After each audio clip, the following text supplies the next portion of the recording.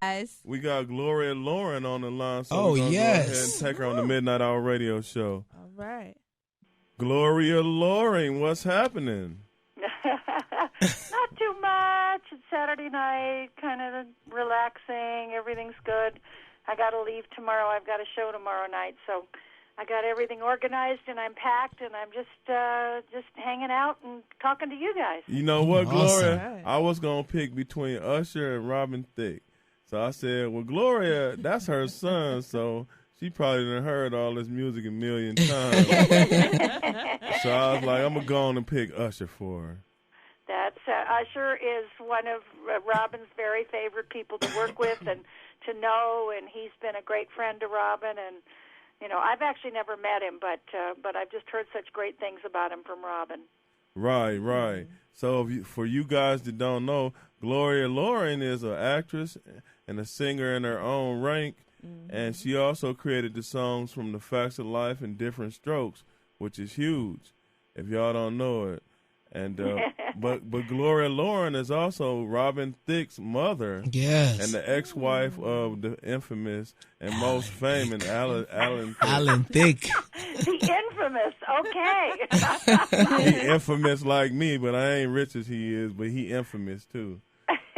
Okay. Yes, I am all of the above and more. So tell us what you've been. I want to give a shout out to Tom Esty. Hey, Tom. What's going on, Tom? Tom's a good guy. He and I have been friends for a long time. I actually helped introduce him to his first boss in the public relations department in Arena, and he's been doing great things ever since. And he's a good friend. And yeah, so what am I doing? Let's see. I got some shows coming up. I'm going to be in Palm Springs at the Copa Room.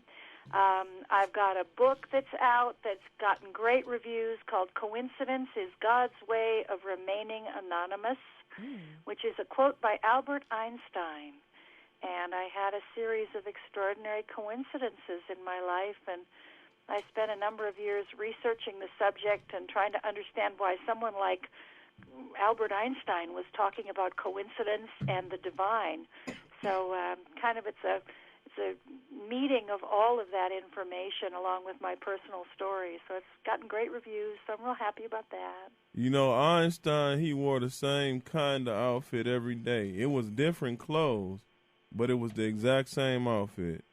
Yeah. I think his mind was so busy with real lofty stuff that he didn't want to have to think about what to wear. Right. That's exactly what he said. And I kind of like try to do that myself, minimize what I wear so I can use my brain for other purposes. You know, A lot of people don't know where I got that from, but I spend a lot of time thinking too myself. So I know if you're an Einstein fan, Gloria, I mean, I know you're a thinker. So I can imagine that your book is pretty good there. Well, I had these amazing coincidences. Like, okay, so, remember my hit record, Friends and Lovers. So I'll be your friend, and I'll be your lover. Sang with Carl Anderson. I remember that. Great singer. Oh, God, I loved Carl. Carl and I did a couple things together, and we did some concerts together, and he was amazing. And that song, I was on Days of Our Lives at the time. I know some folks out there watch as they call them, the stories. And I do. Yeah, sure. Me too. My grandmother. And I was on Days of Our Lives. But see, I'd been a singer all my life, and now everybody thought of me as a soap opera actress, and I was kind of having a pity party with my associate producer on Days, and I was saying, I'm never going to have a hit record because now everybody thinks I'm just a soap opera actress. And she said to me, well, wait a minute, how could it happen? And I stopped, and instead of being negative, I thought, well, okay, let's see. I mean, we do have 10 million viewers, and I sing on the show every couple of weeks, and if I could find a really great song, maybe the viewers would love it, and it would cause enough attention.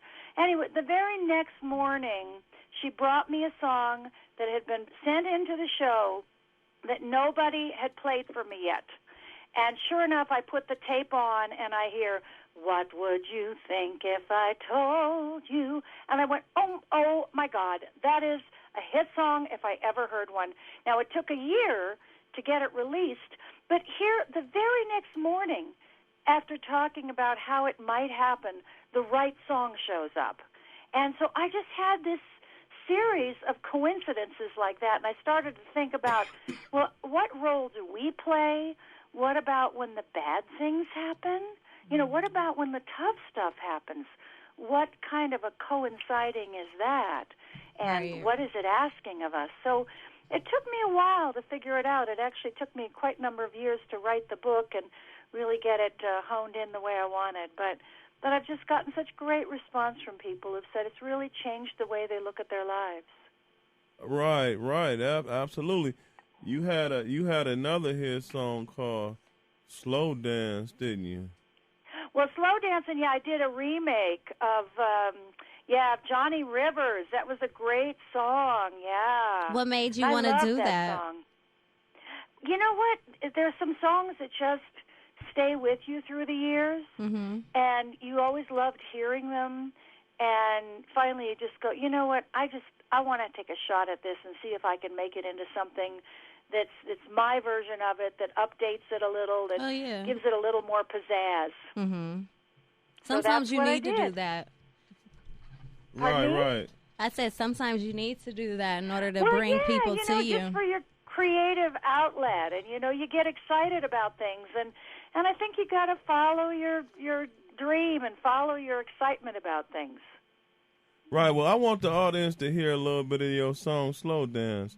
So on the Midnight Hour radio show right now, this is Gloria Lauren and her song, her remake of "Slow Dance."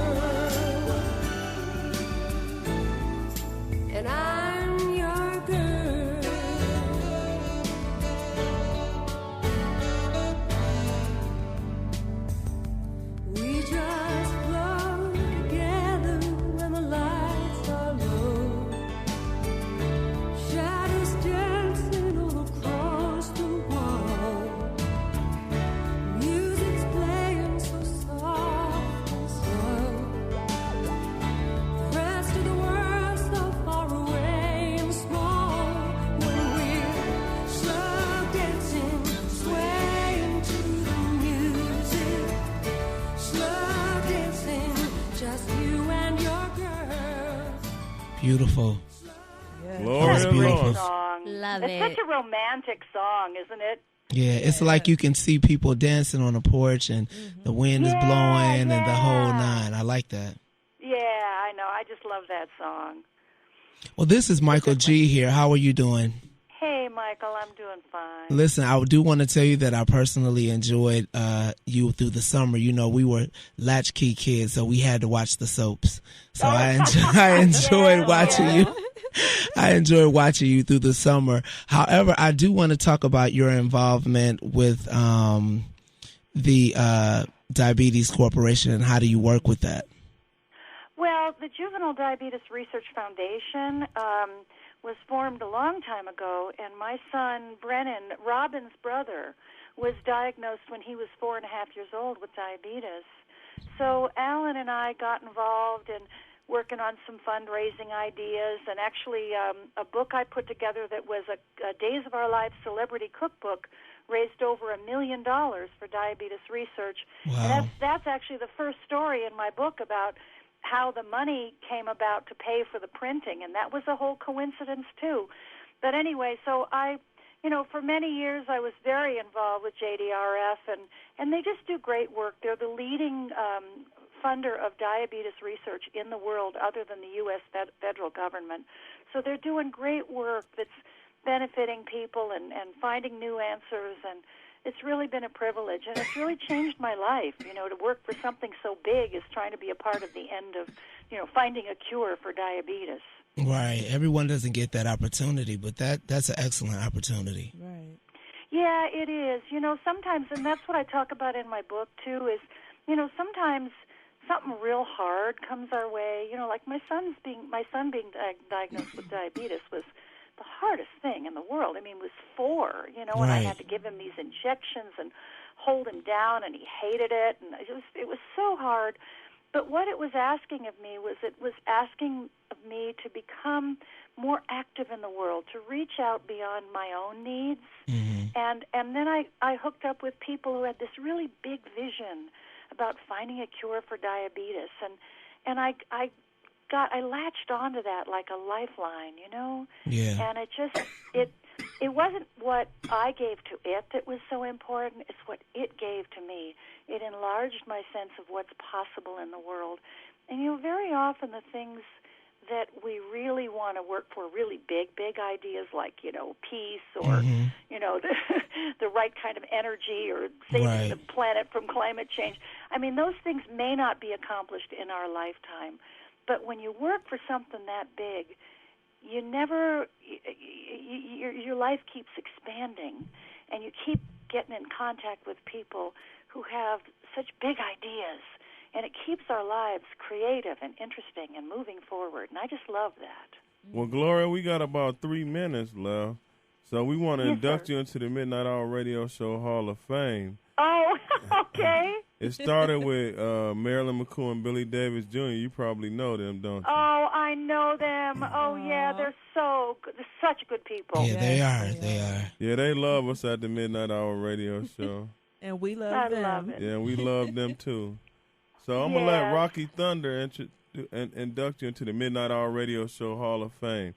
Gloria Loring, actress, singer extraordinaire, mother of a famous singer, and ex-wife of a famous actor. I have all kinds of credits. Robin Thicke's mother. How about that? On the Midnight Hour Radio Show, we're going to let Rocky Thunder being inducted into the Midnight Hour Radio Show Hall of Fame, Gloria Loring. Well, all right. I'm accepting that with gratitude. Thank you so much. All right. Well, Gloria, what we do when we induct you is we give you 30 seconds. You can sing, hopefully. Do spoken word, whatever you're comfortable with. And what that does is if you're ever in Cleveland, you can stop by the Midnight Hour Radio Show on a Saturday night and hang out with us. Or you can always just call in and say, hey, how you doing? Or, just to call in. So your 30 seconds start now. And what is it that you want me to say in this 30 seconds? How is it going to be used? Whatever you're comfortable with. You can sing in the 30 seconds. You can do a spoken word. You can just say something to your fans, say a shout-out to your family, anything you're comfortable with. Oh, my goodness. Well, I want to tell you that I feel like our lives are so blessed by all the goodness that comes in toward us. And sometimes we don't see it right away. But very often it's when we look back that we can see that sometimes the things that were hardest were actually blessings in disguise.